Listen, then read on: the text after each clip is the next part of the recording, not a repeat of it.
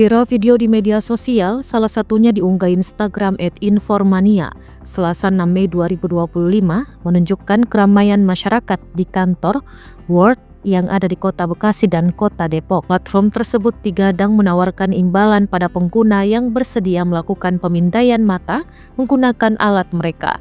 Sempat ramai izin dari platform WorldCoin dan World ID. Sekarang dibekukan oleh Kementerian Komunikasi dan Digital atau Komdigi.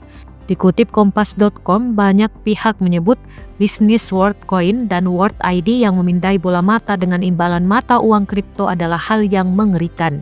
Beberapa orang juga menyebut jika imbalan yang diberikan merupakan bentuk penyuapan.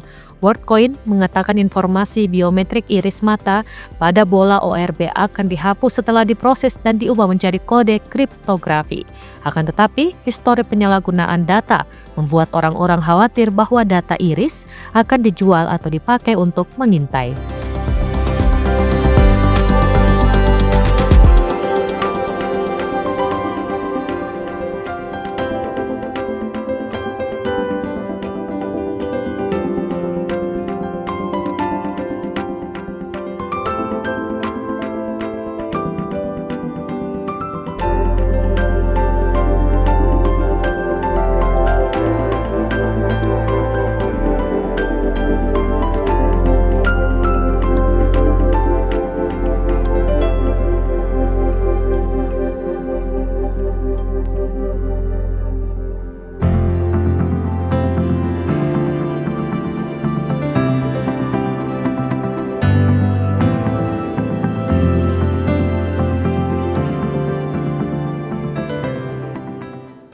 Download Tribun X sekarang, menghadirkan lokal menjadi Indonesia.